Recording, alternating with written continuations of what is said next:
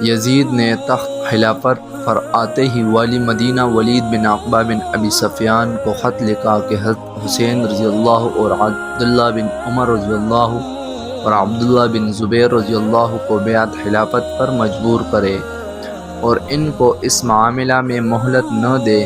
ولید کے پاس جب یہ خط پہنچا تو فکر میں پڑ گیا کہ اس حکم کی تعمیل کس طرح کرے۔ مروان بن حکم جو ان سے پہلے والی مدینہ رہ چکا تھا اس کو مشورے کے لیے بلایا۔ اس نے مشورہ دیا کہ ابھی تک حضرت امیر معاویہ رضی اللہ کی وفات کی خبر مدینہ میں شائع نہیں ہوئی، مناسب یہ ہے کہ ان لوگوں کو فوراً بلا لیا جائے۔ اگر وہ یزید کے لیے بیعت لے تو مقصد حاصل ہے، ورنہ سب کو وہی قتل کر دیا جائے۔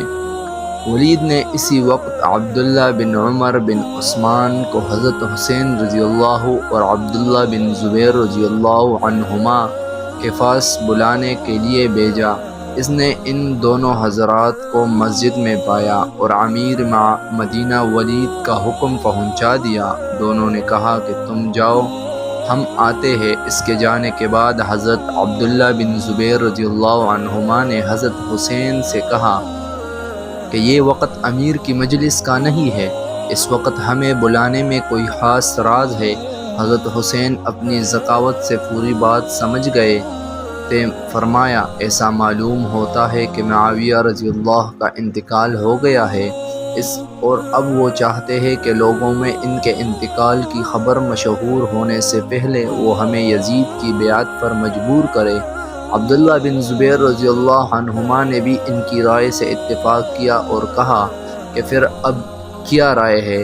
حضرت حسین رضی اللہ عنہما نے فرمایا کہ میں جا کر اپنے نوجوانوں کو جمع کر لیتا ہوں اور پھر ان کو ساتھ لے کر ولید کے پاس پہنچتا ہوں۔ میں اندر جاؤں گا اور نوجوانوں کو دروازوں پر چھوڑ جاؤں گا کہ کوئی ضرورت پڑے تو میں ان کی امداد حاصل کر سکوں۔ اس قرارداد کے مطابق ولید کے پاس پہنچے۔ وہاں مروان کو نصیحت کی کہ تم دونوں میں پہلے کشیدگی تھی، اب میں آپ دونوں کو دیکھ کر خوش ہوا، اور دعا کی کہ اللہ تعالیٰ آپ دونوں کے تعلقات کو خوشگوار رکھے۔ اس کے بعد ولید نے یزید کا خط حضرت حسین رضی اللہ عنہما کے سامنے رکھ دیا، جس میں حضرت معاویہ رضی اللہ عنہما کی وفات کی خبر اور اپنی بیعت کا تقاضا تھا۔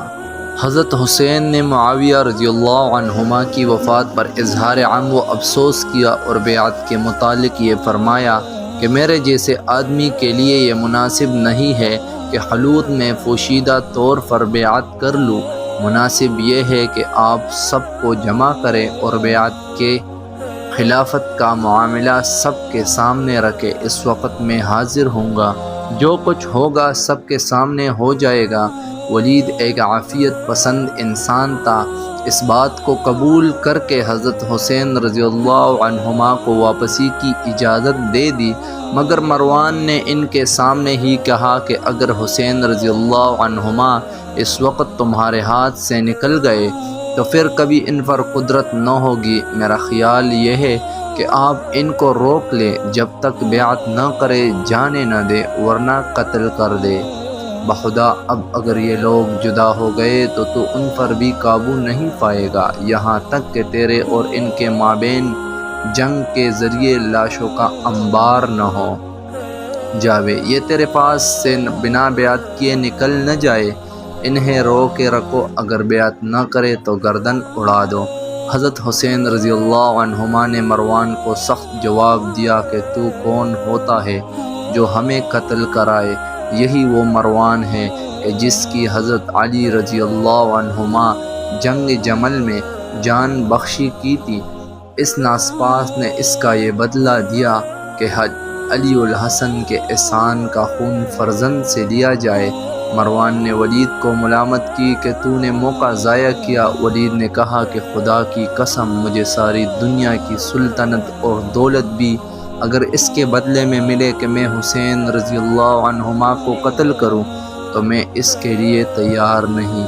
قیامت کے روز حسین رضی اللہ عنہما کے خون کا مطالبہ جس کی گردن پر ہو وہ نجات نہیں پا سکتا۔